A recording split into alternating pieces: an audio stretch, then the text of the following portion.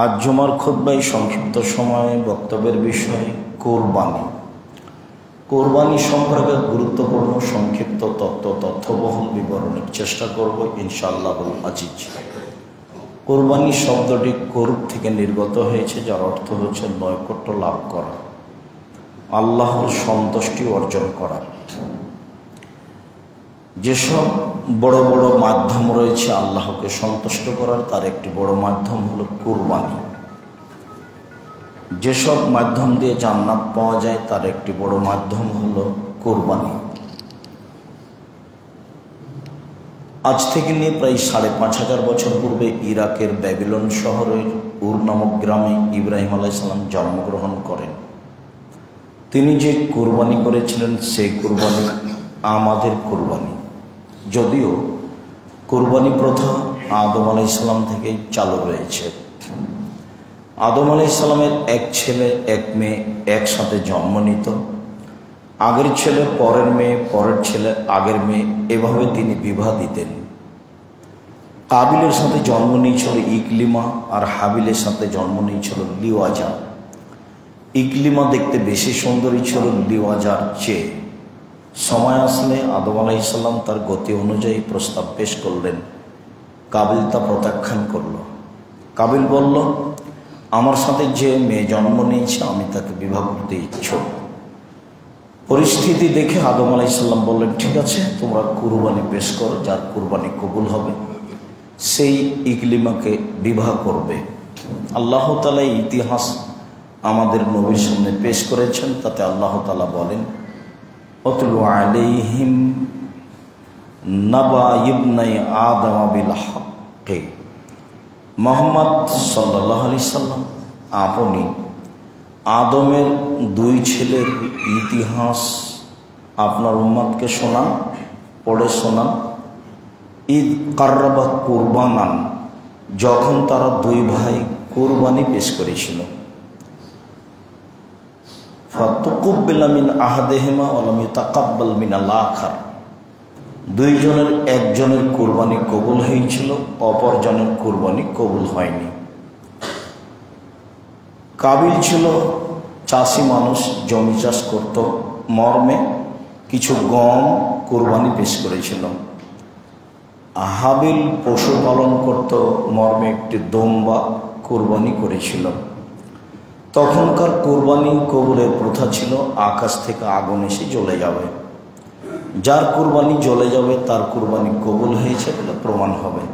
দেখা গেল আকাশ থেকে আগুন এসে কাবিলের পশু দুম্বা জ্বলে গেল। এতে কাবিল খুব ক্ষুব্ধ হলো। হাবিলের দুম্বা যখন কবুল হলো, তখন কাবিল খুব ক্ষুব্ধ হলো। তাতে মনে করলো যে মান সম্মান ঢাকার জন্য হাবিলকে হত্যা করতে হবে, এছাড়া কোনো পথ নেই। মূলত ইকলিমাকে বিবাহ করতে পারেনি, সেজন্য হাবিলকে হত্যা করেছে, ঘটনা তা নয়। যখন সমাজে সবাই বলতে লাগলো যে কাবিলের কুরবানি কবুল হয়নি, হাবিলের কুরবানি কবুল হয়েছে, একটা মান সম্মানের ব্যাপার ছিল। তাই কাবিল বলল হাবিলকে, হাবিল, আমি তোমাকে হত্যা করব। হাবিল বলল, ঠিক আছে, তুমি হত্যা করো, আমি তোমাকে হত্যা করব না। তুমি আমার পাপ নিয়ে আর তোমার পাপ নিয়ে বিচারের মাঠে উঠিও। এই কথা হাবিল বলল। অনেক সময় বক্তব্যে বলা আছে, পৃথিবীর সামাজিক অবস্থা এখন যা দেখছেন এর চেয়েও খারাপ হবে। তখন মানুষ ঘরে থাকবে, থাকার কথা আল্লাহ নবী বলেছেন। তো সাহাবীগণ বললেন যে, আচ্ছা, ঘরে এসে যদি মানুষ আমার উপরে অন্যায় করে তাহলে কি করব? তখন আল্লাহ রাসূল বললেন, তাহলে আদমের দুই ছেলের ভালোটার মতো হয়েও। ঘরেও যদি তোমাকে কেউ মারতে আসে, তাহলে হাবিলের মতো উত্তর দিও যে তুমি আমাকে মারো, আমি তোমাকে মারব না। পরিস্থিতি এমন হবে, ধীরে ধীরে যা দেখতে পাচ্ছেন সামাজিক অবস্থা আরো খারাপ হবে, পশু প্রাণীর মতো হবে। সময় বুঝে কাবিল হাবিলকে হত্যা করলো। লাশ পড়ে আছে, কি করবে তার জানা নাই। দুটি কাক আসলো, মারামারি করলো। তাতে একটা কাক মারা গেল। জীবিত কাকটি একটা গর্ত খুঁড়ে মৃত কাকটাকে পুঁতে দিল। তাতে কাবিল বুঝল যে হাবিলকে মাটিতে পুঁতে দিতে হবে। পদ্ধতি সে সময় তাই ছিল। পরিস্থিতিতে লজ্জা পেলেও কাবিল হাবিলকে মাটিতে পুঁতে দিল। বলছিলাম আমাদের কুরবানি ইব্রাহিম আলাইহিসসালামের কুরবানি, যদিও কুরবানি আদম আলাইহিসসালাম থেকেই চালু রয়েছে। ইব্রাহিম আলাইহিসসালাম তার স্ত্রী সারাকে সাথে নিয়ে এক স্বৈরাচারী শাসকের এলাকা দিয়ে যাচ্ছিলেন। শাসককে বলা হলো, আপনার এলাকায় একটা লোক প্রবেশ করেছে, ইব্রাহিম নামে, তার সাথে একজন মহিলা রয়েছে। সে পৃথিবীতে সবচেয়ে সুন্দরী নারী, বা আরব ভূখণ্ডে সবচেয়ে সুন্দরী, বা সে যুগে সবচেয়ে সুন্দরী। ইব্রাহিম আলাইহিসসালামকে তার স্ত্রীকে তার নিকট পাঠানোর জন্য বলা হলো। ইব্রাহিম আলাইহিসসালাম বললেন, দেখো সারা, আমাকে যখন কিছু বলে তখন আমি বলেছি তুমি আমার বোন। তুমি যদি বলো আমার স্বামী, তাহলে আমি মিথ্যুক হয়ে যাব। তুমি বলে এটা আমার ভাই। মনে রেখো সারা, মাটির ওপরে মাত্র দুইজন মুসলমান, আমি আর তুমি, এই হিসাবে ভাই বোনও বটে। একথা বলে ইব্রাহিম আলাইহিসসালাম সারাকে স্বৈরাচারী শাসকের কাছে পাঠিয়ে দিলেন। তিনি সালাত আরম্ভ করলেন। স্বৈরাচারী শাসকের ঘরে ঢুকতেই সে দাঁড়ালো, তার গায়ে হাত লাগাবে। সারা বলল, থামেন, আগে অজু হবে, সালাত হবে, তারপরে কথা। সারা অজু করলেন, 2 রাকাত সালাত আদায় করলেন এবং বললেন, আল্লাহুম্মা ইন কুনতা তা'লাম আমানতু বিকা ওয়া বিরাসূলিকা। আল্লাহ, তুমি যদি জেনে থাকো যে আমি তোমাকে বিশ্বাস করি আর তুমি তোমার নবী ইব্রাহিমকে বিশ্বাস করি। আমি এই কথা বলি না যে ইব্রাহিম আমার স্বামী, আমি বলছি ইব্রাহিম নবী, এটা আমি মেনে নিয়েছি। ওয়াহাসান্ত ফারজি লাজাওজি, আর আমার লজ্জা স্থান আমার স্বামী ইব্রাহিম ছাড়া কাউকে কোনোদিন ব্যবহার করতে দিইনি। যদি এই 3টে কথা আমার সত্য হয়ে থাকে, যে আমি তোমাকে মেনে নিয়েছি, আমি তোমার নবীকে মেনে নিয়েছি, আর আমি কোনোদিন অশ্লীল কাজে লিপ্ত হইনি, কথা 3টে যদি সত্য হয়ে থাকে, তাহলে ফালা তুসাল্লিত আলাল কাফেরা, এই কাফেরকে আমার উপরে জয় করবে না, সে যেন নির্জন আমার গায়ে হাত লাগাতে না পারে। কথা শেষই হয়নি, স্বৈরাচারী শাসক অজ্ঞান হয়ে পড়লেন। আপনি কিভাবে আমাকে রেখে যেতে পারেন? আপনি আমাকে কিছু বলছেন। তিনি বলছেন, আপনি কি আল্লাহর অনুমতিতে যাচ্ছেন? আতাজা বিজনিল্লাহ, আপনি কি আল্লাহর অনুমতিতে যাচ্ছেন? ইব্রাহিম আলাইহিস সালাম বলছেন, না। তিনি এই ছাড়া আর কিছু বলেননি। হ্যাঁ, আল্লাহর অনুমতিতেই যাচ্ছি। তখন তিনি বললেন, ঠিক আছে, ফালা ইউজাইনাল্লাহু তাআলা, তাহলে আল্লাহ আমাকে ধ্বংস করবেন না। তারপরেও দুধের সন্তান পানি পানি শেষ হলো। এখানে আর লম্বা কথা নেই। একবার সাফা পাহাড়ে গেলেন, একবার মারওয়া পাহাড়ে গেলেন। 7 বার ঘোরার পরে কোনো পথ হলো না, বাচ্চার কাছাকাছি। তখন একটা শব্দ। তো বলছেন, কে, কি চাও? পানির প্রয়োজন। তখন জিবরাইল আলাইহিস সালাম পায়ের আঘাত করে জমজম পানি বের করলেন। সেই পানি ফুটে চতুর্দিকে বের হতে লাগলো। হাজেরা সেই পানিকে ঠেকানোর চেষ্টা করলেন। বুখারী মুসলিমে এসেছে, তিনি সেই পানি না ঠেকালে সারা পৃথিবী পানি ছড়িয়ে পড়ত, জমজমের পানি। জমজমের পানি নিয়ে আজকের মতো কোনো কথা নেই, তবে এতটুকু যে খায়রু মাইনুল আজল মাও জমজম, মাটির উপরে যত পানি আছে তার সবচেয়ে উত্তম পানি হলো জমজমের পানি। মাও জমজম মা শরবাল্লাহ, জমজমের পানি যে জন্য পান করা হবে সেটাই হবে বলে রাসূল সাল্লাল্লাহু আলাইহি সাল্লাম বলেছেন। এখানে একটা কথা থাকছে যে ঈসা আলাইহিস সালামের পায়ের আঘাতে জমজম চালু হয়েছে, এই কথা মিথ্যা। জিবরাইল আলাইহিস সালাম নিজে পায়ের আঘাত করে জমজম চালু করেছেন, এটাই সত্য। ইব্রাহিম আলাইহিস সালাম চলে গেলেন, ইসমাইলের পায়ের আঘাতে জমজম চালু হয়েছে, এই কথা মিথ্যা। জিবরাইল আলাইহিস সালাম নিজে পায়ের আঘাতে জমজম চালু করেছেন, এটাই সত্য। ইব্রাহিম আলাইহিস সালাম চলে গেলেন, সানিয়া পাহাড়ের পাশে গিয়ে কেবলার দিকে মুখ করে বলছেন, আল্লাহুম্মা ইন্নী আসকানতু মিন যুররিয়াতি বিওয়াদিন গায়রি যি যারইন ইনদা বাইতিকাল মুহাররাম। তার ভালোবাসার অভাব নেই। 90 বছর বয়সে একটা ছেলে পেয়েছেন, তিনি আহল পরিবারকে ছেড়ে যাবেন, এত কঠোর ইব্রাহিম আলাইহিস সালাম নন। আদেশ পালন করতে হবে, এটা একটা পরীক্ষা। তো বলছেন, আল্লাহ আমার পরিবারের কিছু অংশ রেখে দিলাম তোমার কাবা ঘরের পাশে, যেখানে মানুষজন নেই, ঘাস পাতাও নেই।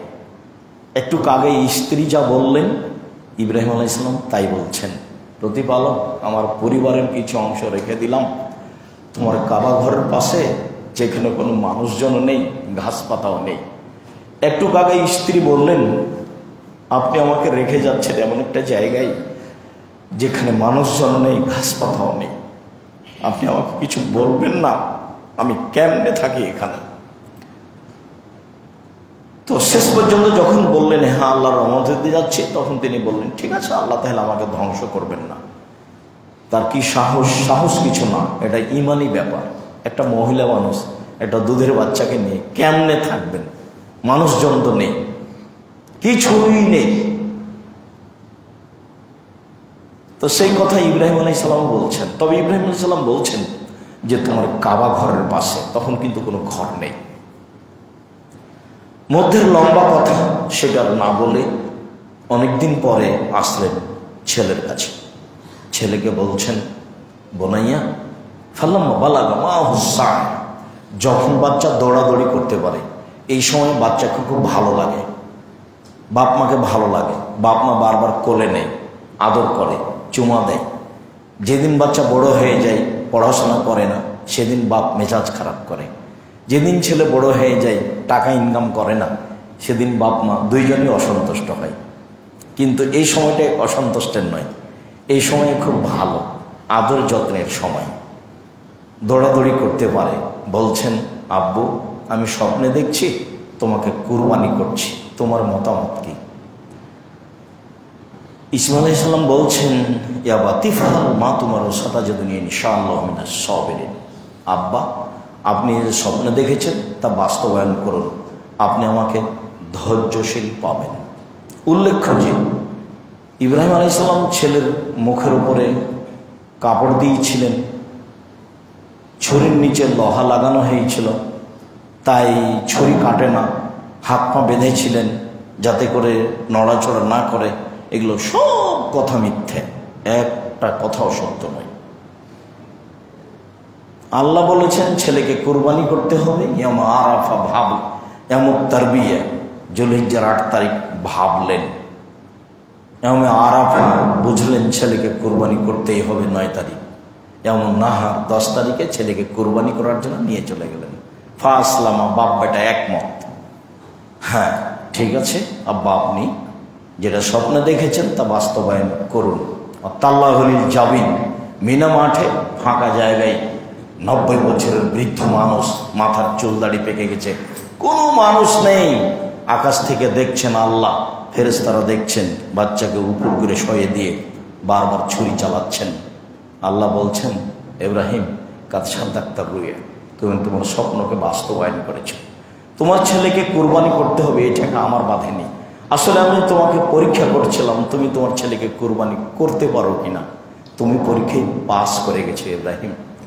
আর এইটা হলো আল বালাউল মুবিন, এটা তোমাকে বড় পরীক্ষা করা হলো। অফাদাইনাহু বিযিবহিন আযীম, একটা বড় কুরবানি অন্য পশুর মাধ্যমে তোমার এই কাজ আমি তোমার ছেলেকে ছাড়িয়ে নিলাম। বলা হয়েছে ওই দুম্বাটাই যেটা হাবিলের জন্য ছিল, জ্বলে গেছিল, সেটাই জান্নাতে ছিল বলে আলোচনা এই অংশই ঠিক দেওয়া হয়েছিল তার সামনে। ছেলে থেকে গেল, দুম্বা কুরবানি হয়ে গেল। ইব্রাহিম আলাইহিস সালাম করলেন এই কুরবানি আমাদের কুরবানি, যদিও কুরবানি আদম আলাইহিস সালাম থেকে চালু হয়েছে, আমাদের কুরবানি। আবু হুরায়রা রাদিয়াল্লাহু তাআলা আনহু বলেন, রাসূল সাল্লাল্লাহু আলাইহি সাল্লাম বলেছেন, মান কানা লাহু সাআলা বিজাহি ফালা ইয়াকরাবান্না মুসাল্লানা, কারো যদি অর্থ সম্পদ থাকে, সে যদি কোরবানি না করে, তাহলে সে যেন আমার ঈদের মাঠে না আসে। কথাটা খুব শক্ত হলো, হাদিস গ্রহণীয়, হাসান। কোরবানি ফরজ নয়, কোরবানি বড় নেকির কাজ। কোরবানি করলে নেকি হবে, না করলে গুনাহ হবে না। আবু বকর সিদ্দিক রাদিয়াল্লাহু তাআলা, ওমর রাদিয়াল্লাহু তাআলা মাঝে মধ্যে কোরবানি করতেন না। তবে অবশ্যই কোরবানি একটি বড় নেকির কাজ। কুরবানি। আনাস রাদিয়াল্লাহু তাআলা আনহু বলেন, জাহা রাসূলুল্লাহ সাল্লাল্লাহু আলাইহি ওয়াসাল্লাম কাবশাইনে আমলাহাইনে আকরানাইনে, আল্লাহর নবী নিজে দুইটা দুম্বা সাদা কালো শিংওয়ালা কুরবানি করেছিলেন। তিনি বললেন, বিসমিল্লাহ, আল্লাহু আকবার। আনাস বলছেন, রাআইতুহু, আমি আল্লাহ রাসূলকে দেখলাম, ওয়াজান কাদামওয়া সেবাহে, তিনি ফেলে দিয়ে চোয়ালের উপরে পাশের উপরে পা চাপিয়ে দিয়ে তিনি জহ করছেন। তাতে তিনি বললেন, বিসমিল্লাহ, আল্লাহু আকবার। আবু হুরায়রা রাদিয়াল্লাহু তাআলা আনহু বলেন, রাসূল সাল্লাল্লাহু আলাইহি ওয়াসাল্লাম কুরবানি করার ইচ্ছা করলে ইশতারা কাবশাইনে আযীমাইনে সামিনাইনে আমলাহাইনে আকরানাইনে মাওজুআইনে, আল্লাহর নবী কিনলেন বা আদেশ করলেন দুইটি দুম্বা বড়, সামিনাইনে মোটা তাজা, আকরানাইনে শিংওয়ালা, আমলাহাইনে সাদা কালো, মাওজুআইনে অন্ডকোষ বের করা। যারা বলেছে পাঁঠা কুরবানি দিতে হবে, অন্ডকোষ বের করলে খুঁত হয়ে গেল, তারা মিথ্যা কথা বলেছে। হাদিস সহিহ, আল্লাহর নবী যে দুম্বা দুইটি কুরবানি করেছিলেন তা ছিল মোটা তাজা, তা ছিল বড়, তা ছিল শিংওয়ালা, তা ছিল সাদা কালো।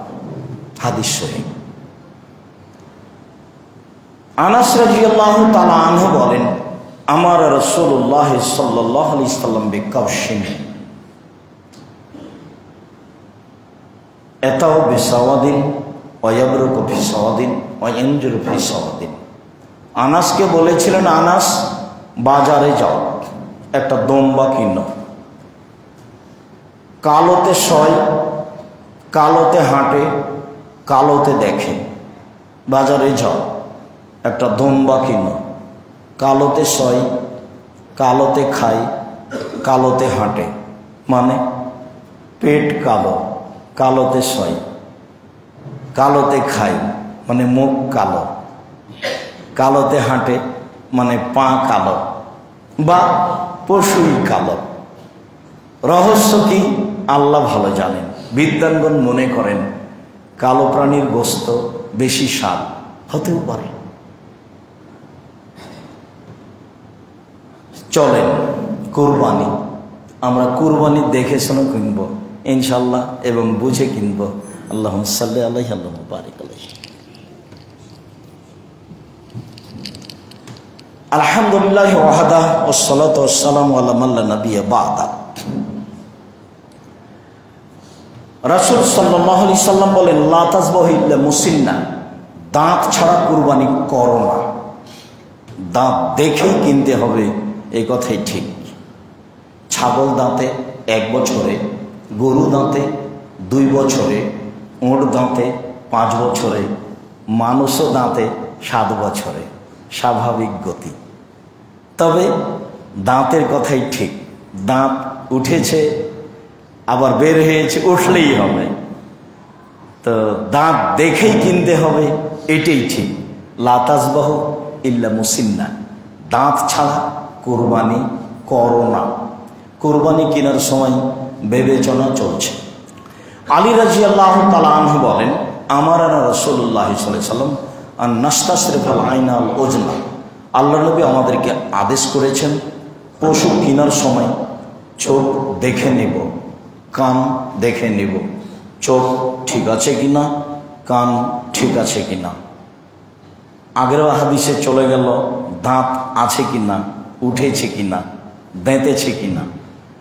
বারা ইবনে আযিব রাদিয়াল্লাহু তাআলা আনহু বলেন, রাসূল সাল্লাল্লাহু আলাইহি ওয়াসাল্লামকে জিজ্ঞাসা করা হয়েছিল, মাত্তাকা মিনাদ দাহায়া, কুরবানি কিনলে কি কি দেখে কুরবানি কিনতে হবে? ফাশারা বেলু আকাল আরবা, আল্লাহ নবী বললেন যে চারটা দেখে নিবা। আল আরজাও আল বাইয়িনু জালওয়াহা, স্পষ্ট ল্যাংড়া হয় না যেন। আল আওয়ারাও আল বাইয়িনু আওয়ারাহা, স্পষ্ট কানা হয় না যেন। আল মারিজাতু আল বাইয়িনু মারাদাহা, স্পষ্ট রোগা হয় না যেন, অলাজফা, গায়ে গোস্ত নেই এমন হয় না যেন। তাহলে সব মিলে 1 দাঁত, 2 কান, 3 পা, 4 স্পষ্ট রোগা, স্পষ্ট কানা, স্পষ্ট ল্যাংড়া, আর গায়ে গোস্ত। খুব হিসাব করে পশু কিনবেন। উল্লেখ্য যে হাদিস সহিহ, কিনেছেন ত্রুটি তাহলে ফেরত দিতে হবে, এটা বাদ দিয়ে আর একটা। কিনে নিয়ে এসেছেন ভালো, তারপর দুর্ঘটনা ঘটেছে, ওটাই কুরবানি দিবেন, হাদিস সহিহ, কোনো সমস্যা নেই। কিনেছেনই ত্রুটি, এই ত্রুটি আগে থেকেই ছিল, বুঝতে পারেননি, তাহলে এটা ফেরত দিতে হবে, এটা বিক্রি করে আর একটা কিনতে হবে। আর কিনেছেন তারপরে ল্যাংড়া হয়ে গেছে, বাড়িতে এসে কোনো একটা ঘটনা ঘটে গেছে, তো এটাই কুরবানি দিবেন, সমস্যা নেই। বলছিলাম দেখে শুনে কুরবানি কিনতে হবে, জরুরি।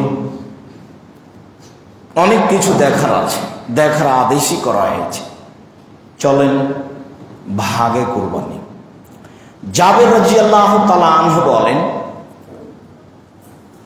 রাসূল সাল্লাল্লাহু আলাইহি সাল্লাম বলেছেন, আল বাকারাতু আন সাবাতিন ওয়াল জাজুরু আন সাবাতিন। গরু 7 জনের পক্ষ থেকে, উট 7 জনের পক্ষ থেকে। ইবনে আব্বাস রাদিয়াল্লাহু তাআলা আনহু বলেন, কুন্না মা'আন নবী সাল্লাল্লাহু আলাইহি সাল্লাম ফি সাফারিন ফাহাদারাল আযা। একদা আমরা রাসূলের সাথে সফরে ছিলাম, কুরবানির সময় চলে আসলো। একদা আমরা রাসূলের সাথে সফরে ছিলাম, কুরবানির সময় চলে আসলো। তা আমাদের তো ছুটি হিসাব, যার কারণে আমরা কুরবানিতে বাড়ি চলে যাই, এই হিসাব তখন ছিল না, এত ছুটি নেই। জুমার দিন ব্যবসা করতে হবে, আল্লাহর আদেশ, দোকানপাট বন্ধ করে আসতে হবে। আর শনিবারও অফিস আদালত ব্যবসা বাণিজ্য বন্ধ, এটা বোকামি, এই হিসাব ঠিক নয়। মানে আয় উপার্জন খুব শক্ত পদক্ষেপে করতে হবে, বসে থাকার কোনো সুযোগ নেই। হজ করতে গিয়ে টাকা ইনকাম করতে হবে, এটা আল্লাহ বলছেন, কিছু করার নেই। যার জন্য ইন্দোনেশিয়ার লোকেরা উমরা করার পরে টাকা ইনকাম করে, যেভাবে সহজ হয়। পাকিস্তানের লোকেরা উমরা করার পরে যে সময়টা আছে সে সময় টাকা ইনকাম করে, ব্যবসা বাণিজ্য করে, ফুটপাতে ব্যবসা করে, আংটি বিক্রি করছে দাঁড়িয়ে, আপনি নিলেন, এই যে হলো একটা কিছু। এইভাবে দিন দিন সপ্তাহ সপ্তাহ বন্ধ থাকবে, এরকম বোঝা যায় না।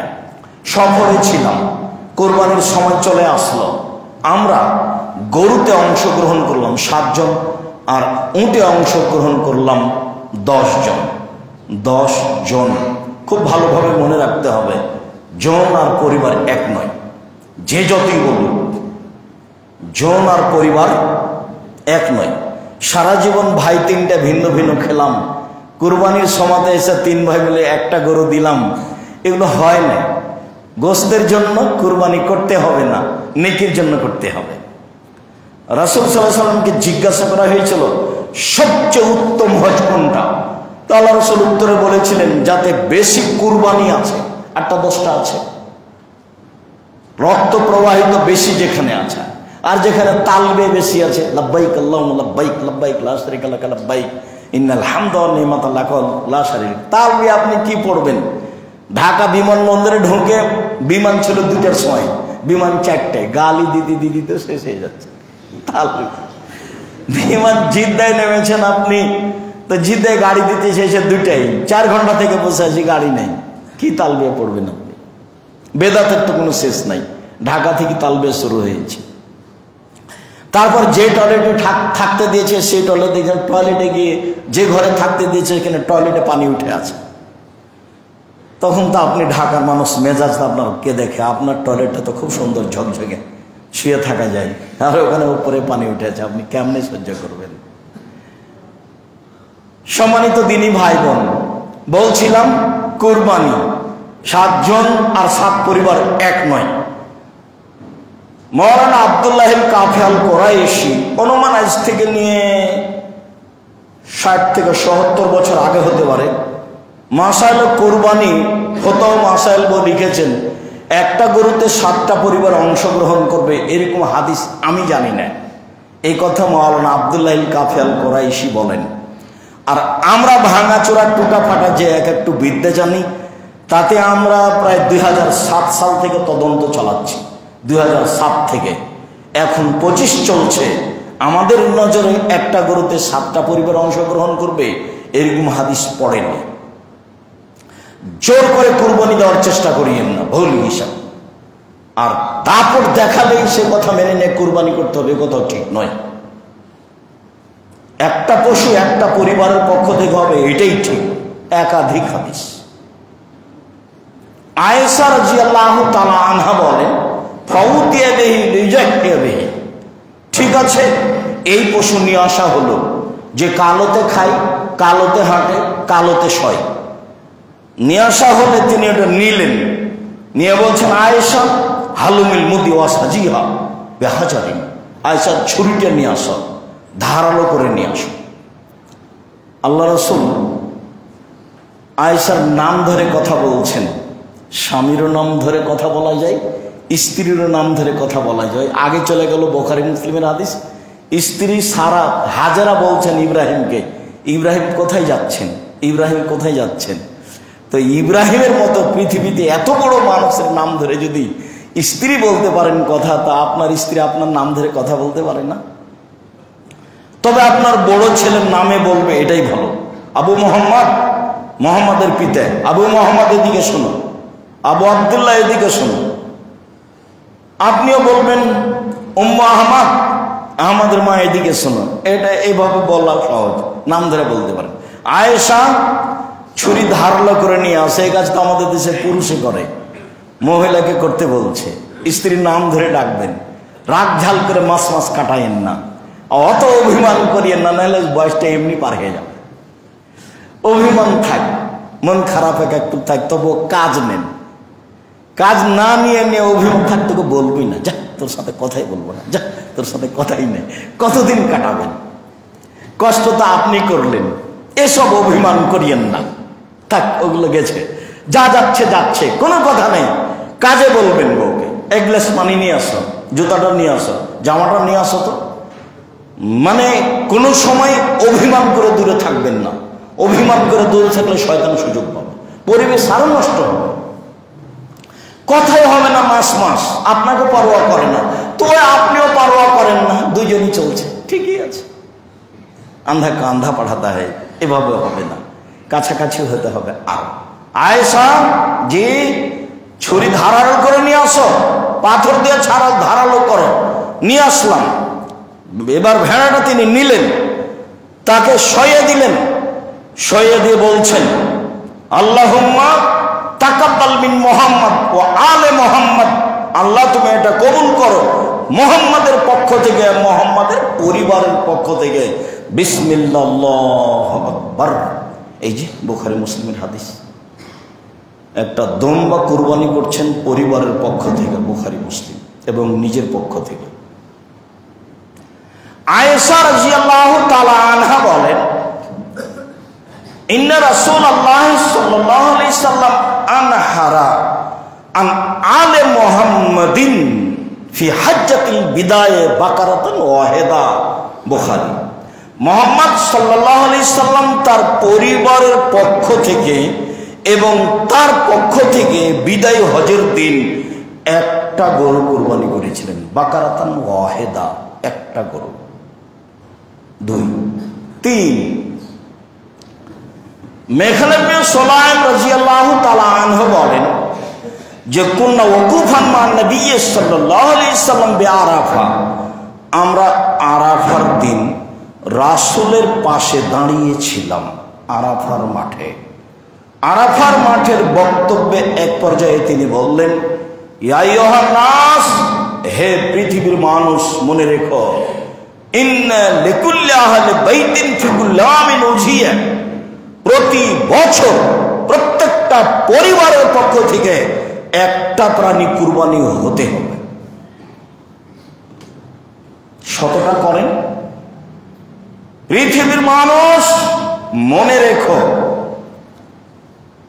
প্রত্যেকটা পরিবারের পক্ষ থেকে অন্তত একটা প্রাণী কুরবানি হতে হবে। আতা ইবনে ইয়াসির রাদিয়াল্লাহু তাআলা আনহু বলেন, সাআলতু আবু আইয়ুব আল আনসারী, আমি আবু আইয়ুব আনসারী বিশিষ্ট সাহাবীকে বললাম, কাইফা কানাত যায়া আলা আহদি রাসূলিল্লাহ সাল্লাল্লাহু আলাইহি ওয়াসাল্লাম, রাসূলের যুগে আপনাদের কুরবানি কেমন ছিল একটু বলেন তো। রাসূলের যুগে আপনাদের কুরবানি কেমন ছিল? তখন তিনি বলছেন, কানার রাজুলু ইজাহি আনহু আলি বাইতিহি বিসাত, মানুষ তার পক্ষ থেকে এবং তার পরিবারের পক্ষ থেকে একটি দুম্বা ছাগল জবে করতেন। তারা খেত খাওয়াতো, তারা খেত খাওয়াতো। রাসূলের যুগের কথা উনি বর্ণনা করছেন। রাসূলের যুগে পরিবারের মালিক তার পক্ষ থেকে এবং তার পরিবারের পক্ষ থেকে একটি দুম্বা, একটি ছাগল জবে করতেন, নিজেরা খেতেন, আরো মানুষকে খাওয়াতেন। আপাতত 4টে হাদিস আপনাদের সামনে থাকলো, যে পরিবারের পক্ষ থেকে এবং আপনার পক্ষ থেকে একটা পশু অন্তত কুরবানি হতে হবে। তো ঠিক আছে, ভালো, টাকা বেশি আছে, উট কুরবানি করেন। তার চেয়ে কম আছে ষাঁড় কুরবানি করেন। তার চেয়ে কম আছে খাসি কুরবানি করেন। তার চেয়ে কম আছে ছাগি কুরবানি করেন। তার চেয়ে কম আছে তো ভেড়া ভেড়ি কুরবানি করেন, সবচেয়ে দাম কম। ভাগে যে টাকা লেগেছে ওই টাকা দিয়ে অন্তত 3টে ভেড়া হবে। দাঁত আছে এরকম 3টে খাসি কিনে এই টাকা দিয়ে 2-3টে খাসি হবে। ভাগের কুরবানির হিসাব কেন আসলো মাথায়? জোর করে বললেই হবে 7 জন আর 7 পরিবারে এক নয়। আজও যদি 7 জন অংশগ্রহণ করেন একটা প্রাণীতে, গরুতে, তাহলে 7 জনের হবে, আর পরিবারের পক্ষ থেকে হবে না। সব কথাগুলি মালিক ও তার পরিবার, মালিক ও তার পরিবার, বাপ তার পরিবার, বাপ তার পরিবার, বাপ তার পরিবার, মালিক তার পরিবার। হাদিসটা স্পষ্ট, কেন আমার বুঝে আসে না? 7 জনের পক্ষ থেকে কুরবানি চলবে না এই কথা কেউ বলে থাকলে ভুল হবে।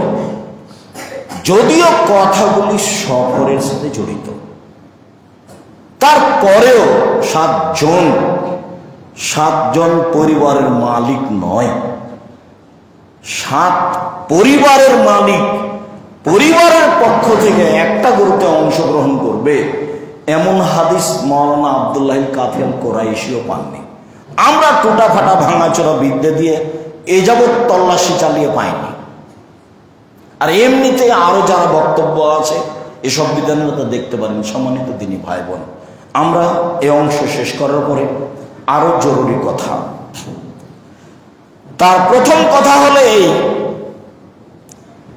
যে কুরবানির চন্দ্র উঠলে সতর্কবাণী। উম্মু সালমা রাদিয়াল্লাহু তাআলা আনহা বলেন, রাসূল সাল্লাল্লাহু আলাইহি সাল্লাম বলেছেন, মান রা হিলালা যিল হিজ্জা ওয়া আরাদা ইউজাহিয়া ফালা ইয়াকুজ মিন শারিহি ওয়ালা মিন আসফারিহি। যখনই যুলহিজ্জা কুরবানির চন্দ্র দেখবে, যে ব্যক্তি কুরবানি করবে সে যেন চুল না কাটে, নখ না কাটে, সে যেন চুল না কাটে, নখ না কাটে। চন্দ্র উঠার হিসাবেই চুল এবং নখ কেটে নিতে হবে, এটাই বিধান। যদিও হাদিসে স্পষ্ট এটাই প্রমাণ হয়, যিনি কুরবানি করবেন তিনি, তো তার পরিবার যদি এর অন্তর্ভুক্ত হয়ে থাকে তো খারাপ নয়, ভালো। তবে আদেশ কুরবানি যে করবে তার জন্য, তো করছে তার পরিবার এবং তার নিজের পক্ষ থেকে, সবাই মিলে এই বিধান পালন করাই ভালো। এরপরে জরুরি, কুরবানির গোশত কিভাবে ভাগ হবে? আমরা তো আমাদের মতো ভাগ করছি। রাজশাহী চাঁপাইনবাবগঞ্জে 3 ভাগ করা হয়, 1 ভাগ রেখে 2 ভাগ নিয়ে চলে যায়। বিকেলবেলাতে আবার যা রেখে গেছে সবাই মিলে ওইটা মাথা পিছু ভাগ করে। যারা কুরবানি দিয়েছে তাদের যে কয়েকজন সে কয়েকটা ভাগ হিসাবে নিয়ে নেয়, আর যারা কুরবানি দেয়নি তারা ওইভাবে পায়, মানে মাথা পিছু ভাগ করে নেই। এটা একটা এলাকার নিয়ম। এক এক নিয়ম এক এক এলাকায় চলছে। আল্লাহ তাআলা বলছেন, ফাকুলু মিনহা ওয়াতামুল বাইসাল ফাকিরা, পৃথিবীর মানুষ তোমরা কুরবানির গোশত খাও আর ফকির মিসকিন অসহায় মানুষকে খেতে দাও। এটা আল্লাহর আদেশ। রাসূল সাল্লাল্লাহু আলাইহি সাল্লাম বলেন, কুলু ওয়াতামু ওয়াদাখিরু, পৃথিবীর মানুষ কুরবানির গোশত খাও, খেতে দাও আর জমা করে রাখো। এটা বুখারী মুসলিম। কুরবানির গোশত খাও, খেতে দাও আর জমা করে রাখো। তা আমরা বুঝেছি 3 ভাগের 1 ভাগ বাড়িতে রাখতে হবে, 1 ভাগ আত্মীয় স্বজনকে দিতে হবে, আর 1 ভাগ ফকির মিসকিনকে দিতে হবে। তাই 3 ভাগ। এরকম কথা আল্লাহ রাসূল বলেননি, ভাগের কথা আল্লাহ রাসূল বলেননি, বলেছেন এভাবে, খাও, দাও, জমা করো। কুরবানির গোশত দিয়ে আত্মীয় স্বজন, জামাই বেটি এগুলো মূল্যায়ন করতে হবে। করতে পারা যায়, কিন্তু এটাই হিসাব করতে হবে এটা নয়। কুরবানির গোশত দিয়ে বিবাহ অনুষ্ঠান করা যায়, কুরবানির গোশত দামি, তারপরেও যারা চাইতে আসছে তাদেরকে দিয়ে দিবেন। আলী রাদিয়াল্লাহু তাআলা আনহু বলেন, আল্লাহর নবী আমাকে আদেশ করলেন যে আমি বন্টন করে দিব লহুমাহা ও জলুদাহা ও জেলালাহা বাইনাল মাসাকিন। বুখারী মুসলিম। কুরবানির গোশত, কুরবানির চামড়া, কুরবানির গায়ের যে একটা শীতের দিনে গায়ে দেওয়ার জন্য, ঢেকে রাখার জন্য যে ঝুল বা যে কাপড় ছিল, সেটাও মিসকিনদের মাঝে বন্টন করে দেব। মিসকিনকে চাইতেও পারে না, সংসারও চলে না, তাহলে আশেপাশে আছে। ফকিরকে যে চেয়ে বেড়াই, ফকির চাইলে গোশত দিবেন, এ কথাই ঠিক। গোশত নিয়ে গিয়ে তার বিক্রি করা পছন্দ নয়, এরপরে যদি বিক্রি করে দেয় তাহলে আপনার মন খারাপ করার কিছু নেই। ও এখন এই গোশতের মালিক, আপনি দিয়েছেন, নিয়েছে, ও ভিক্ষুক, হাত পেতেছে, তাকে দিলেন, নিয়ে চলে গেছে, এখন মালিক। যদি বিক্রি করেও দেয় তাহলে নাজায়েজ হারামের কিছু নেই, তবে পছন্দ নিয়ে গেছে, খাবে। কুরবানির গোশত খুব দামি, এটাকে সাধারণভাবে দেখা হবে না। তারপর যেটা রেখে গেছি, সেটা দান করে গেছি, সেটা নিলে আমাদের বমন খাওয়া হবে, এ কথা নয়। কুরবানির গোশত এমন নয়। আবারও বলি, 3 ভাগ করতে হবে এই বিধান নেই, এ কথা রাসূল সাল্লাল্লাহু আলাইহি ওয়াসাল্লাম বলেননি। আপনি আপনার গতি অনুযায়ী দিবেন, জমা রাখবেন, খাবেন। যদি কৃপণতা হয় তাহলে 40 কেজির গোশত 30 কেজি রেখে দিবেন, 35 কেজি আর 5 কেজি দিবেন, ভিতরে কৃপণতা কাজ করছে। আর যদি আর একটু ভালো হয় তাহলে 10 কেজি দিবেন, 20 কেজি রাখবেন। আরো যদি আগাতে চায়, আর কি করবো, 5টা করে জমা করে যাও দিয়ে দাও, 5-7টা দিয়ে দাও, যা দিয়ে দাও, ভালো কথা, দেন না। কুরবানি যত বেশি করতে পারবেন। মনটা ছোট কেন? 3 ভাই মিলে তোমরা টাকা জমা করে যদি কুরবানি করতেই চাও, তাহলে তোমার মা বেঁচে থাকলে তোমার মায়ের নামে করো, তাহলে এটা হলো তোমার মায়ের নামে কুরবানি, তোমরা গোশত খাও। আর তোমরা 3 ভাই মিলে 3টা ছাগল জবাই করো, তাহলে জিম্মেদারিটা পালন হলো। কিন্তু আজকে 3 ভাইয়ের টাকা জমা করে একটা পশু কিনবো, তার নাম কুরবানি, এই কথা নয়।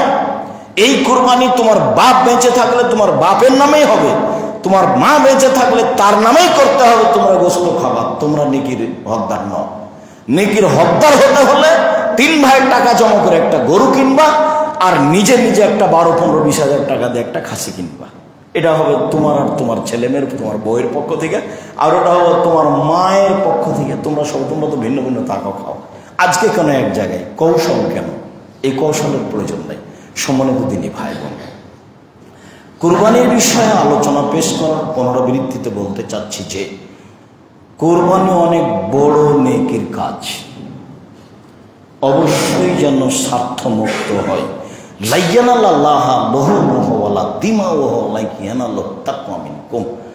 তোমাদের কুরবানির গোশত, তোমাদের কুরবানির রক্ত আল্লাহর কাছে চায় না, যাই তোমাদের তাকওয়া, ভেতরটা, পরেজগারিতা।